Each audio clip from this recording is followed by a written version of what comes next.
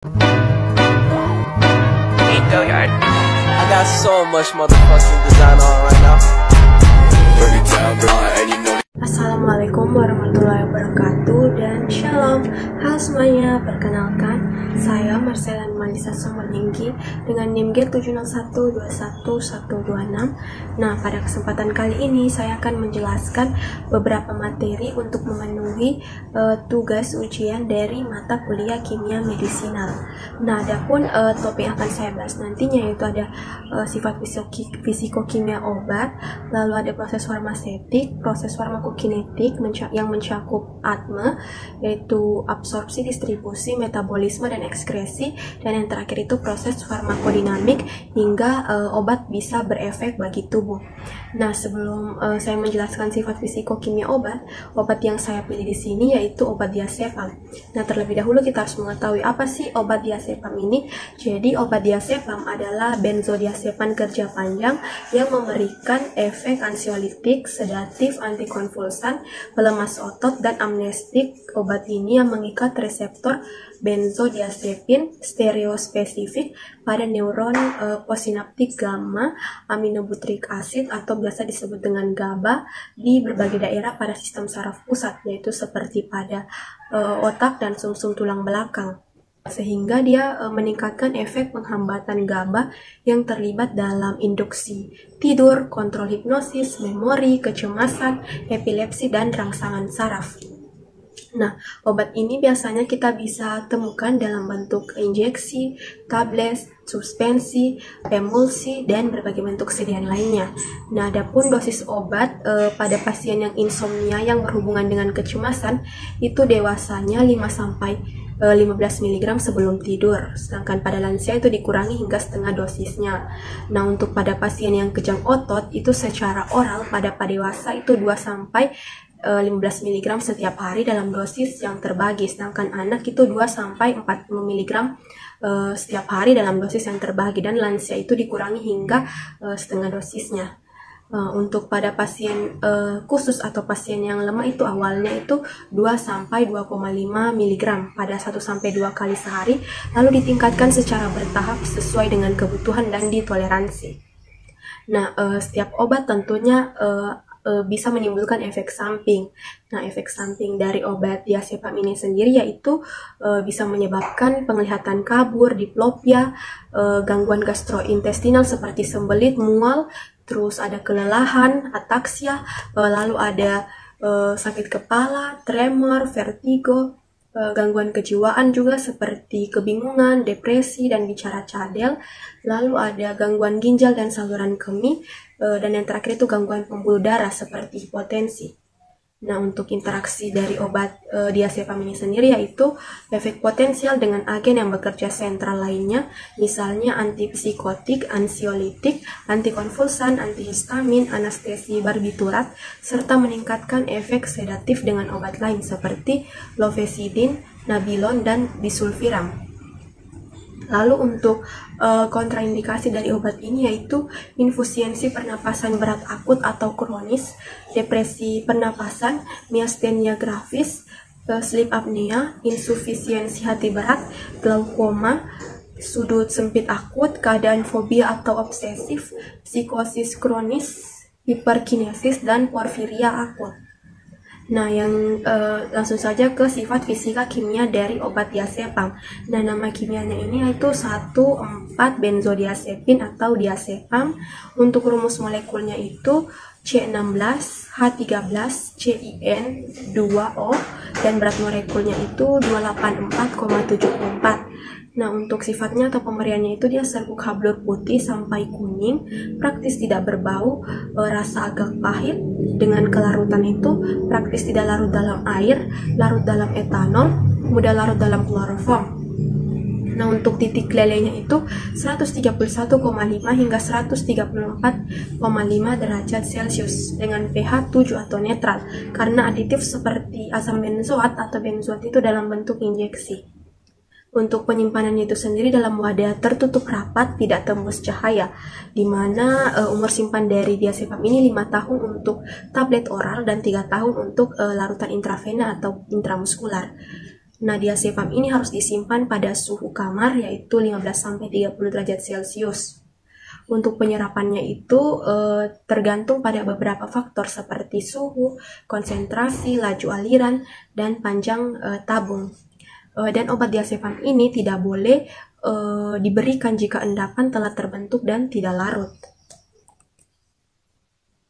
Untuk aktivitas biologis obat ada 3. Yang pertama proses farmasetik. Nah, apa sih itu proses farmasetik? Jadi farmasetik itu studi tentang kefarmasian yang mempelajari tentang proses perubahan entitas kimia baru menjadi obat yang dapat digunakan secara aman dan efektif untuk digunakan pasien. Nah, untuk farmasetik dari obat ini sendiri itu obat diformulasikan dalam bentuk sediaan diazepam, kemudian obat dan contohnya dalam pemberian oral, tentunya itu akan masuk ke dalam saluran pencernaan. Nah, ketika dalam saluran pencernaan tersebut, obat akan mengalami pemecahan bentuk sediaan yang mengakibatkan saat aktif akan keluar dalam bentuk sediaan tersebut. Sehingga nantinya akan berlangsung proses farmakokinetik, di mana terjadinya proses penyerapan obat yang mengakibatkan obat tersebut masuk ke dalam peredaran darah, lalu yang sebagainya itu disimpan dalam tubuh, jaringan, dan sebagainya lagi itu di metabolisme. Nah, yang kedua itu proses farmakokinetik. Proses farmakokinetik ini itu adalah cabang ilmu dari farmakologi yang mempelajari tentang perjalanan obat yang masuk ke dalam tubuh ketika diminum hingga keluar melalui organ ekskresi. Nah, adapun fase-fasenya itu terdiri dari 4. Yang pertama ada fase absorpsi, terus kedua distribusi, ketiga ada metabolisme, dan yang keempat itu ekskresi. Nah, absorpsi ini merupakan proses masuknya obat dari tempat pemberian ke dalam darah, di mana obat ini diabsorpsi mudah dan sepenuhnya diserap dari saluran pencernaan atau setelah pemberian rektal, dan penyerapan yang tertunda dan menurun dengan makanan berlemak yang sedang. Untuk bioavailabilitasnya itu lebih dari 90%. Waktu untuk mencapai konsentrasi plasma puncak itu kira-kira 30-90 menit secara oral, dan untuk rektal itu kira-kira 10-30 menit, dan untuk intravena itu kira-kira 1 menit, dan untuk intramuskular itu 0,25 sampai 2 jam. Nah, yang kedua itu ada distribusi. Distribusi itu proses obat diantarkan dari sirkulasi sistemik ke jaringan dan cairan tubuh, di mana pada obat diazepam itu distribusinya itu melintasi penghalang darah otak dan penghalang plasenta, didistribusikan ke depot lemak dan jaringan memasuki ASI dengan volume distribusi 1,1 liter per kilogram secara oral, 1,2 liter per kilogram secara intravena, 1 liter per kilogram secara rektal, dengan pengikatan protein plasma 98% secara oral dan 95-98% secara rektal. Lalu yang ketiga itu metabolisme. Jadi metabolisme itu proses tubuh mengubah komposisi obat sehingga dia bisa lebih larut dalam air untuk dapat dikeluarkan dari tubuh. Nah, metabolisme ini terdiri dari 2 fase, yaitu yang fase pertama itu ada oksidasi, hidrolisis, dan reduksi. Sedangkan fase 2 itu konjugasi. Nah, fase 1 pada obat ini yaitu pertama pemasukan gugus fungsional sehingga senyawa cukup lebih hidrofil sehingga mudah terkonjugasi ke fase berikutnya. Untuk fase 2 itu dia mengikat gugus fungsional hasil dari fase 1 sehingga lebih polar dan mudah diekskresikan.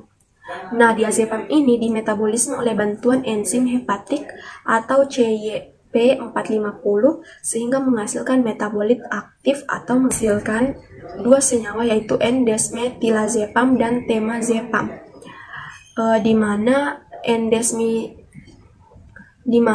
N-desmetilazepam ini terbentuk karena diazepam mengalami proses alkalisis, di mana proses penggantian gugus metil menjadi atom hidrogen. Dari CH3 dia menjadi HN. Untuk temazepam terbentuk akibat karena adanya penambahan gugus OH, di mana dia terjadi di antara 2 gugus ini atau 2 senyawa ini. Untuk N-desmetilazepam dan temazepam itu menghasilkan oxazepam, kemudian beralih pada fase berikutnya yaitu fase 2 atau fase konjugasi. Nah, fase 2 dari diazepam atau fase konjugasi itu di mana oxazepam yang tadinya itu mengalami konjugasi dengan glukaronat, di mana konjugasi ini terjadi karena oxazepam berikatan dengan glukaronat. Nah, kenapa dia bisa berikatan dengan glukaronat? Karena glukaronat ini memiliki banyak fungsi OH, sehingga oxazepam mengalami penambahan gugus OH, sehingga senyawa menjadi lebih polar dan menghasilkan efektivitas biologi dengan baik atau efek ansietas dengan baik, sehingga dia lebih mudah diekskresikan. Lalu fase yang keempat itu yang terakhir, ekskresi. Ekskresi ini dia proses pembuangan zat-zat sisa yang sudah tidak dibutuhkan oleh tubuh, dimana biasanya dikeluarkan dari ginjal atau juga bisa melalui urin ataupun melalui paru-paru. Nah, ekskresi dari obat diazepam ini dia melalui urin, terutama sebagai konjugat glukuronida dengan waktu paru eliminasi itu 44 sampai 48 jam secara oral, 33 sampai 45 jam secara intravena, kira-kira 60 sampai 72 jam secara intramuskular, dan 45 sampai 46 jam secara rektal. Nah, untuk proses yang terakhir itu proses farmakodinamik. Farmakodinamik itu studi tentang efek biokimia dan fisiologis obat, terutama pada obat-obatan farmasi, sehingga efeknya dapat termasuk yang dimanifestasikan dalam hewan, terutama manusia, mikroorganisme atau kombinasi organisme. Nah, secara khusus farmakodinamik adalah studi bagaimana suatu obat mempengaruhi suatu organisme. Nah, farmakodinamik ini dia memberikan penekanan khusus pada hubungan dosis dan respon, yaitu hubungan antara konsentrasi dan efek obat. Di mana proses farmakodinamiknya itu di sini ada GABA atau gamma aminobutyric acid. Dia merupakan neurotransmitter inhibisi utama pada sistem saraf pusat. Nah, GABA ini berperan pada aktivitas tidur, kontrol hipnosis, memori, ansietas, epilepsi, dan eksitabilitas neuron. Nah, ikatan diazepam pada reseptor GABA di sistem limbik dan hipotalamus itu akan meningkatkan laju ion klorida ke dalam neuron, kemudian menimbulkan hiperpolarisasi dan membran sehingga menurunkan eksitabilitas saraf. Nah, sekian beberapa materi yang saya sampaikan. Apabila ada kekurangan mohon dimaafkan. Assalamualaikum warahmatullahi wabarakatuh dan shalom. Bye bye.